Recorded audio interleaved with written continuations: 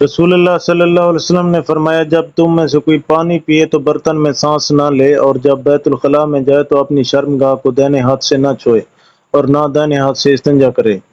آپ نے فرمایا، جب تم میں سے کوئی پیشاب کرے تو اپنا عضو اپنے دائیں ہاتھ سے نہ پکڑے، نہ دائیں ہاتھ سے طہارت کرے، نہ پانی پیتے وقت برتن میں سانس لے۔ حضرت ابو ہریرہ رضی اللہ عنہ نے فرمایا کہ رسول کریم صلی اللہ علیہ وسلم ایک مرتبہ رفع حاجت کے لیے تشریف لے گئے۔ آپ کی عادت مبارکہ تھی کہ آپ چلتے وقت ادھر ادھر نہیں دیکھا کرتے تھے، تو میں نے بھی آپ کے پیچھے پیچھے آپ کے قریب پہنچ گیا۔ مجھے دیکھ کر آپ نے فرمایا کہ مجھے پتھر ڈھونڈ دو تاکہ میں ان سے پاکی حاصل کروں، یا اسی جیسا کوئی لفظ فرمایا، اور فرمایا کہ ہڈی اور گوبر نہ لانا۔ چنانچہ میں اپنے دامن میں پتھر بھر کر آپ کے پاس لے گیا اور آپ کے پہلو میں رکھ دیے اور آپ کے پاس سے ہٹ گیا۔